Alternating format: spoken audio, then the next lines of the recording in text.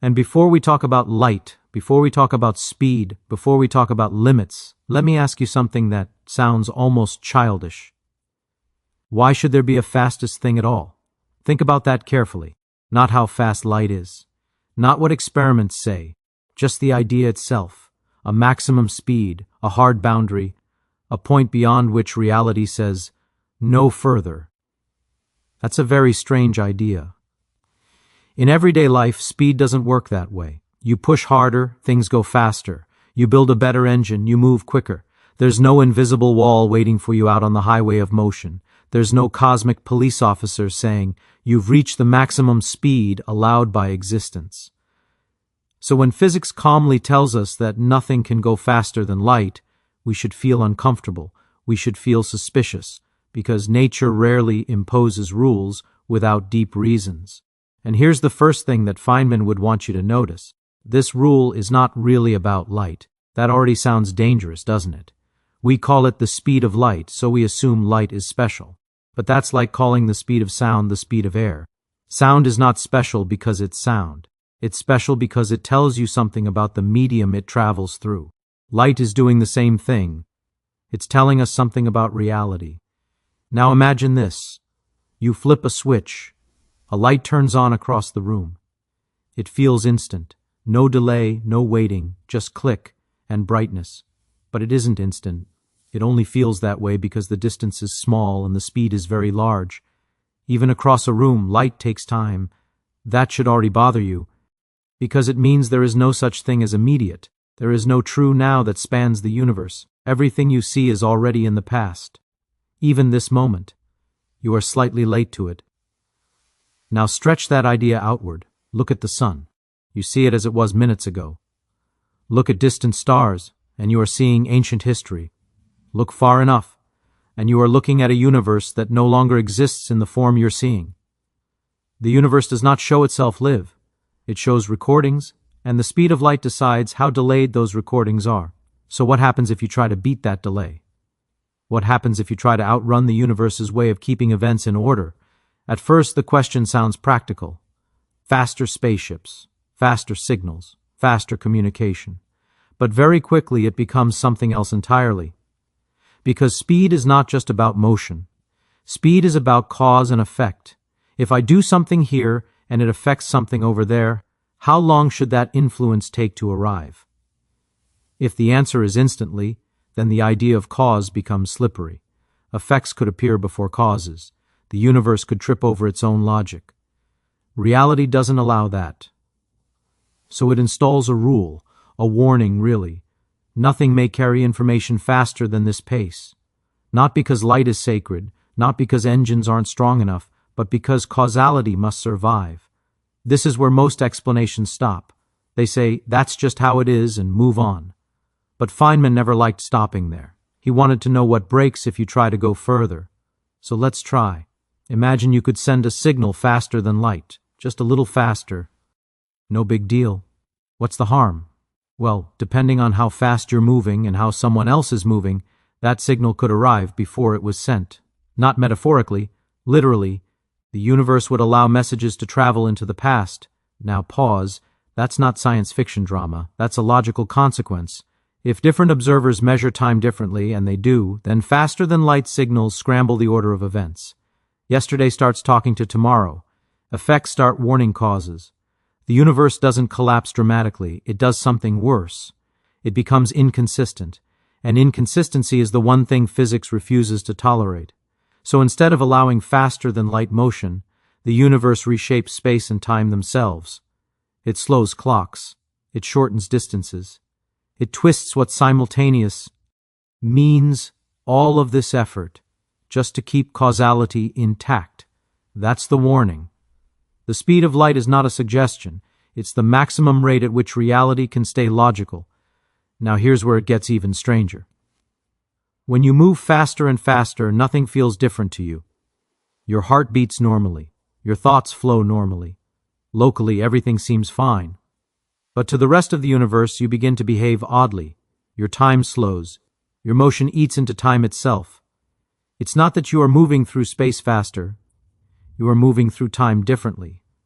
And the closer you get to light speed, the less time you have left to give up. At the speed of light, there is no time left, which means light doesn't experience time at all. Let that sit. Light doesn't age, it doesn't wait. From its own perspective, if such a thing can be said, emission and absorption are the same moment. So the speed of light isn't just a speed, it's the boundary between things that experience time and things that don't, and that should unsettle you, because it means time is not universal. It is conditional, conditional on motion, conditional on perspective, conditional on how close you are to this cosmic boundary. Feynman loved this because it exposes a painful truth. Human intuition is provincial. It works beautifully for throwing balls and driving cars. It completely fails when reality reveals its deeper structure. And instead of apologizing for that, physics simply moves on. Now, if you're still with me, something uncomfortable should already be forming in your mind. If the speed of light is not really about light, and not really about engines, and not really even about speed in the everyday sense, then what is motion, really? Because we talk about motion as if it's simple. Something moves, something else stays still. End of story. But here's the problem. Still compared to what? Question sounds innocent, almost annoying, but it turns out to be explosive. You're sitting there listening to this and you feel still. The floor feels solid. The room feels quiet. Nothing seems to be moving. But the Earth is spinning, fast, much faster than a jet airplane. At the same time, the Earth is racing around the Sun. The Sun is orbiting the center of the galaxy. The galaxy itself is drifting through the vast structure of the universe. So are you moving or not? The honest answer is, there is no absolute answer. There is no universal at rest. And this is where Feynman would grin, because this is exactly where common sense quietly collapses. We imagine the universe as having a fixed background, like a stage, and things move across it. But there is no stage. There is only actors, all moving relative to one another. Motion is always a comparison. Speed is always relative. Except for one thing. No matter how you move, no matter how fast you chase it, no matter which direction you go, light always moves away from you at the same speed. That is absurd. If you run toward a thrown ball, it hits you faster.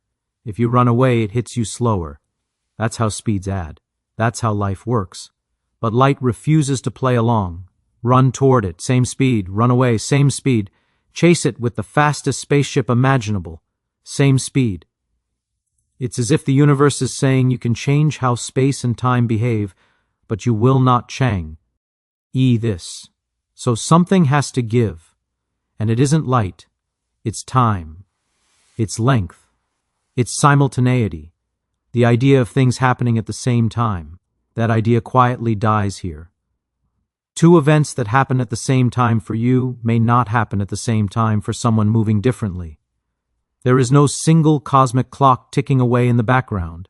Each observer carries their own version of time. This isn't philosophy, this is measurement. Clocks literally tick at different rates depending on how they move. That's not interpretation, that's experiment.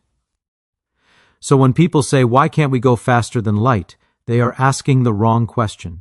The right question is, why does the universe reorganize itself to prevent that from happening? And the answer is unsettling. Because the universe cares more about consistency than comfort. It would rather twist time, squeeze space, and blur simultaneity than allow cause and effect to fall apart. Think about that. Reality is flexible, but not infinitely flexible. There is a spine running through it, and that spine is causality. Events must be able to explain one another without contradiction. Once you understand that, the speed of light stops being a wall and starts being a signpost. It marks the edge of where before and after still make sense. Now let's talk about energy, because this is where intuition really panics. You might think that if you keep adding energy to something, it should keep going faster, more fuel, more speed, simple. But as you approach the speed of light, something strange happens. You add energy, and instead of gaining speed, the object resists. Not like friction, not like air resistance, something deeper. It's as if motion itself becomes harder, not because space is sticky, but because time is being consumed. The faster you move through space, the less freedom you have to move through time. There's a trade happening, and you don't get to negotiate the terms. At low speeds, the trade is subtle. You don't notice it. Time differences are tiny. Length changes are invisible, but push closer to the boundary, and the trade becomes brutal. Time slows dramatically. Distances shrink dramatically. Every attempt to go faster costs you more and more for less and less gain. It's like trying to push a shopping cart that becomes heavier the harder you push, not because of weight, but because the rules themselves are changing. So when people imagine breaking the light barrier, they picture smashing through something solid. That's the wrong image. There is no barrier to break. There is no wall. There is only a limit you asymptotically approach while reality quietly reshapes itself to keep you from crossing. And here's the most important realization of all. Nothing is actually stopping you. There is no cosmic speed police. The universe isn't forbidding motion faster than light out of spite. It simply doesn't offer a coherent version of reality beyond that point. Beyond that speed, time ordering breaks. Cause and effect lose meaning. The story of the universe cannot be told consistently, and a universe that cannot tell its own story is not a universe that can exist. Feynman loved this because it flips the emotional tone of physics. Instead of rules being arbitrary commands, they become survival mechanisms. The universe is not saying no. It's saying, this is as far as meaning goes. And that should make you pause, because it suggests that laws of physics are not imposed from above. They are the conditions under which reality remains intelligible. By now, if you've been listening with an open mind, something subtle but profound should be bothering you. If time can slow down, if space can shrink, if now is different depending on how you move, then what is reality made of? Because it can't be made of rigid pieces. It can't be built like a machine with fixed gears. A machine doesn't behave like this. A machine doesn't care how you look at it. But the universe does. And this is where Feynman would slow his voice, not because the idea is complicated, but because it's delicate. We grew up thinking of time as a river flowing the same for everyone. Past behind us, future ahead, present slicing through the middle like a knife. But the universe doesn't use a knife. It uses a web. Every observer has their own thread, woven together with everyone else's. These threads line up enough that life works, conversations make sense, and history doesn't unravel, but they are not identical. There is no master clock behind the scenes. There is no universal now. That should shake you a little. Because it means the universe is not evolving moment by moment in the way we imagine. It's not a movie playing frame by frame. It's more like a vast structure where different observers cut different slices and call them the present. So where are you in this structure? You are not a spectator watching time pass. You are part of the geometry. Your motion, your choices, your path through space all shape how much time you experience. Not symbolically, literally. Your life has a measurable length in time, and that length depends on how you move. This isn't science fiction. It's already part of how our technology works. Satellites would fail without accounting for it. Navigation would drift. Systems would break. Reality has been quietly confirming this for decades. Now here's the truly unsettling part. If nothing can move faster than light, not because of force, but because of meaning, then the universe has a built-in horizon for influence. There are events that can never affect you, no matter how long you wait. There are regions of the universe forever outside your causal reach, not because you are weak, but because reality is finite in how it connects events. This means the universe is not just big, it is selectively accessible. And yet, inside this limitation, something beautiful happens, because limits create structure.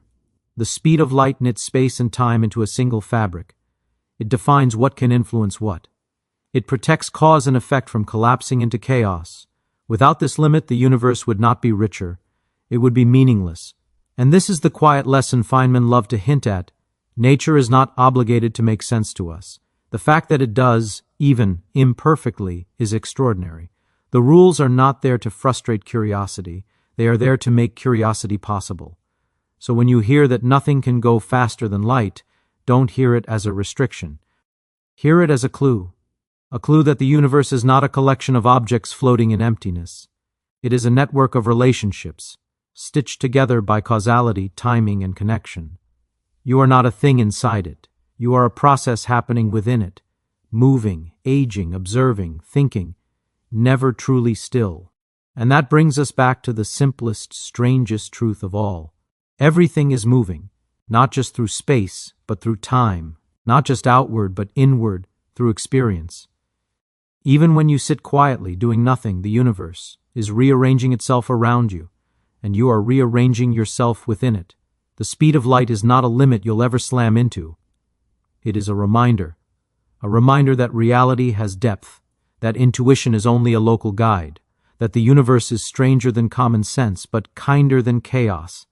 And maybe the most important reminder of all is this: understanding does not come from demanding answers. It comes from learning how to ask better questions, because the universe is always answering, just not in the language we expect.